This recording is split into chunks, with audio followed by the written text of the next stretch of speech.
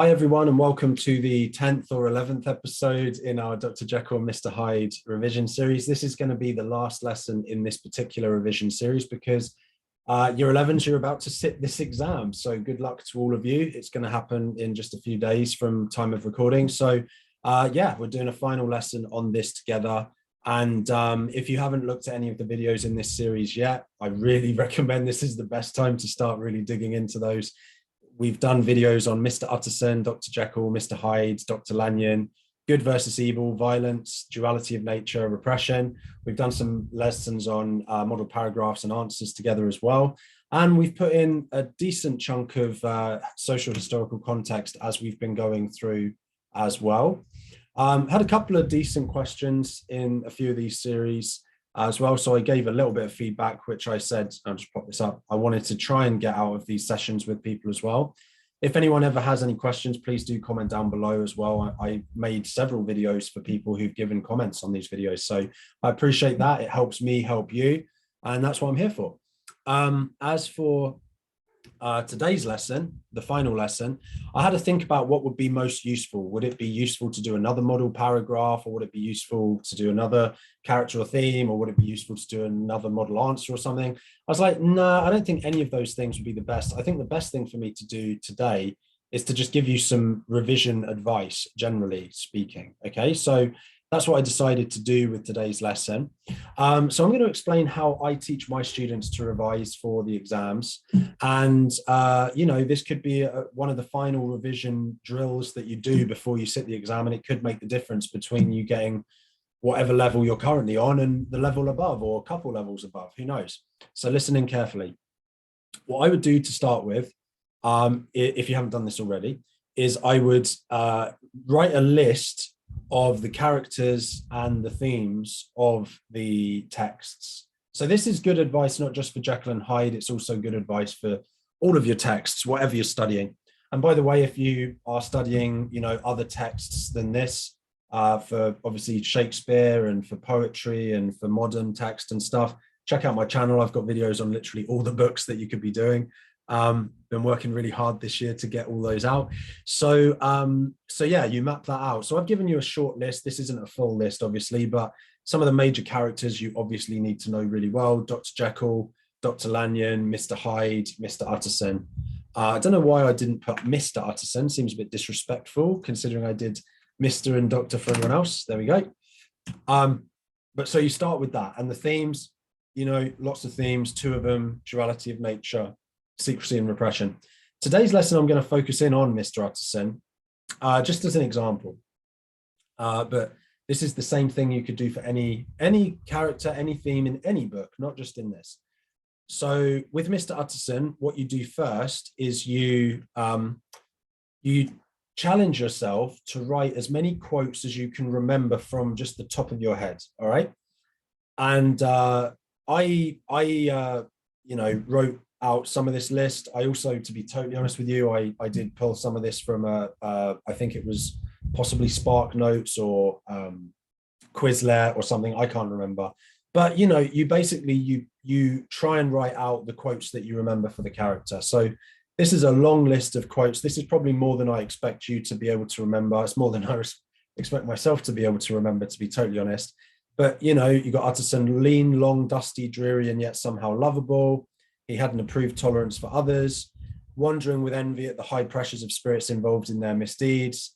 He had the mark of a modest man. I really like that quote because of the alliteration and stuff. The lawyer had a rugged countenance.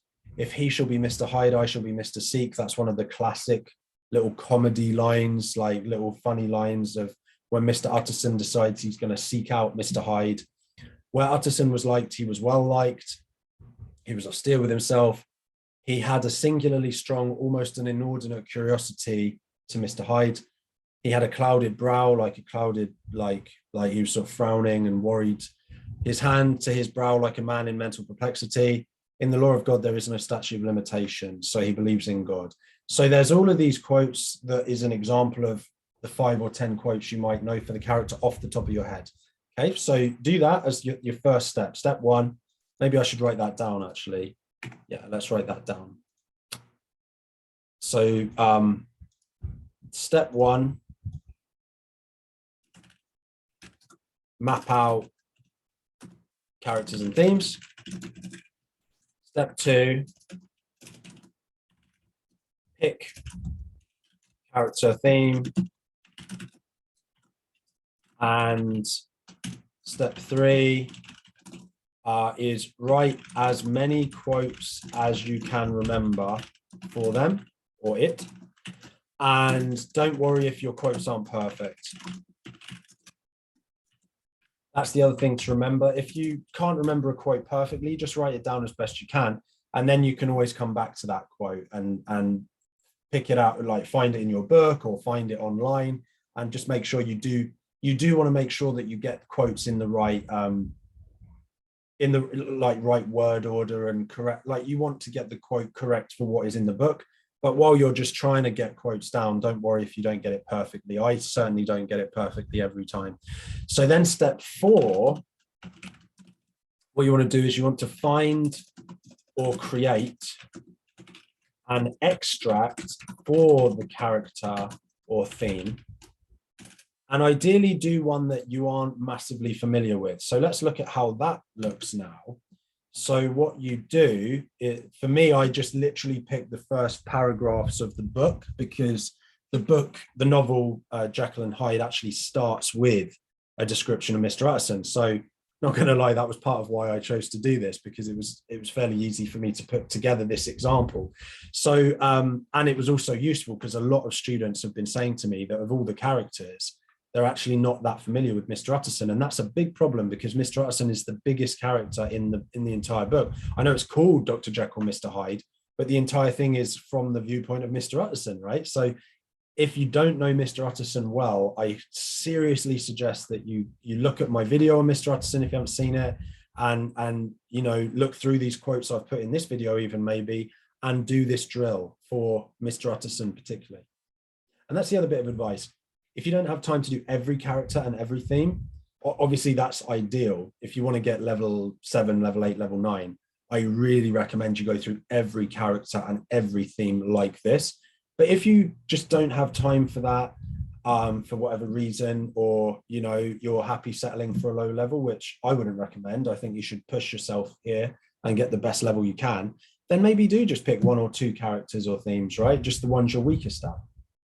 But anyway, so you get the extract and then you read the extract. I'll read this with you now, and you just look for a few extra quotes that maybe you haven't considered before, or you also look for quotes or references in the extract that link to some quote that you already have memorized for Mr. Utterson or whatever the character or theme is, right? Because what you're then doing is you're training yourself to do what level 9 students do, which is they read the extract, they pick 3 or 4 quotes from within the extract, and then they link those 3 or 4 quotes from the extract to just quotes that they have memorized for that character or that theme.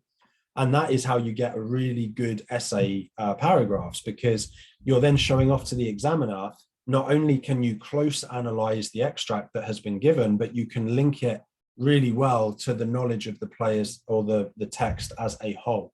So anyway, Mr. Utterson, the lawyer, was a man of a rugged countenance that was never lighted by a smile. So straight away, that is a imagery, possibly simile really, or metaphor really, of how Mr. Utterson is very serious man. He's cold, scanty, and embarrassed in discourse, backward in sentiment.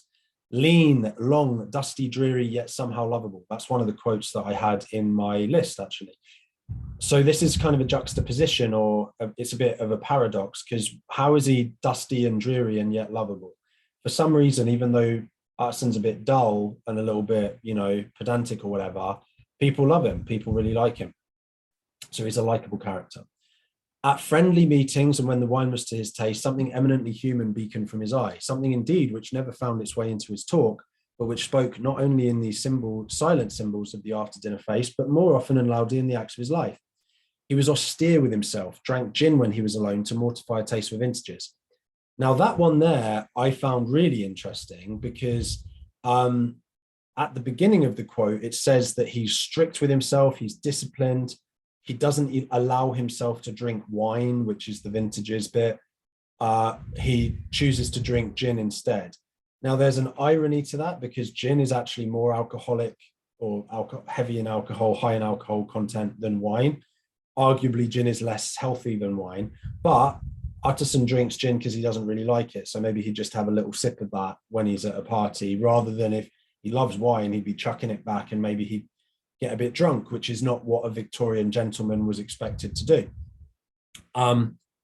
So the other thing about this quote, though, that I want to link it to is later on. Let me just show you this. Later on, Mr. Utterson actually says to Paul, which is Dr. Jekyll's servant, take a seat and here's a glass of wine for you. So Mr. Utterson is alone in his house, and yet he is drinking wine, right? So that then creates a really interesting contrast if this was the extract, because you would say, well, Mr. Utterson, the narrator suggests that Mr. Utterson is really disciplined and he doesn't drink wine on his own because he likes it or whatever too much. Maybe he drink excessively. So there's repression there as well, which is another theme, obviously. But then later in the novel, we see that he was alone drinking wine. So it suggests that either Mr. Utterson has become less disciplined from all of the stress of Dr. Jekyll, Mr. Hyde, and everything going on, or that the narrator conveys Mr. Utterson as this really disciplined Victorian gentleman, but actually he's not that disciplined, and that actually there are these mistakes that he makes, or these things that he does that his reputation suggests he doesn't do. Right, so then you could talk about Victorian gentlemen too. So that could be an amazing level 9 paragraph. And all I've done is picked something from the extract and linked it to something from the rest of the novel that I remember. Okay, though he enjoyed the theatre, he hadn't crossed the doors of one for 20 years. He had an approved tolerance for others, sometimes wondering almost with envy at the high pressure of spirits involved in their misdeeds, and in any extremity inclined to help rather than to reprove. So this quote I really liked because it shows that Utterson isn't a judgmental man, which is a good thing for a lawyer, because, you know, lawyers have to defend people sometimes who even are guilty or possibly partially guilty. So it shows him as a very helpful man. I inclined to Cain's heresy. He used to say, I let my brother go to the devil in his own quaintly way. So there you go. That's an extract. I've picked out 1, 2, 3, 4 quotes from it, which would be perfect for the essay that you would want to do in exam prep. And then the final thing, once you've picked out bits from the extract to train yourself to do that, and hopefully linked it to some quotes you already know for the character or theme, you then, as a final thing for this revision advice and this drill, is try and generate out some points that you could say if this character or theme or whatever comes up. So I've got 5 things here that I could talk about with Mr. Utterson. And there's loads more, but here are 5 examples. You could write a paragraph on Mr. Utterson is a very serious character. So that would come from, you know, never lighted by a smile. You could also take that from a quote like his envy at the high pressures of others involved in misdeeds, the fact he never does anything wrong. Or, you know, he's dusty and dreary. That one could work.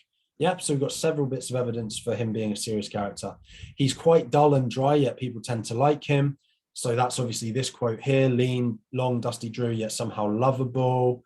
It also links to the quote I did about where Utterson was liked, he was well liked. Yeah, so we've got a couple of quotes for that. Mr. Utterson is a loyal character. Another quote that I don't think I wrote in this list, actually, so I could just add it, is he says, "Dear Harry Jekyll."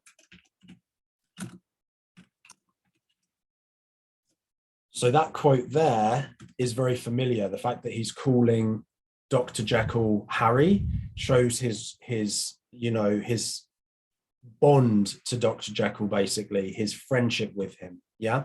And also his loyalty, you could talk about the inclined to help rather than reprove, potentially, or the fact he lets his brother go to the devil in his quaintly own way. There's several quotes for that. He's very disciplined. So that one could be he drank gin to mortify his taste for vintages. You could also talk about, I didn't highlight this, but he enjoyed the theatre yet hadn't crossed the doors of one for 20 years. So clearly he's very disciplined.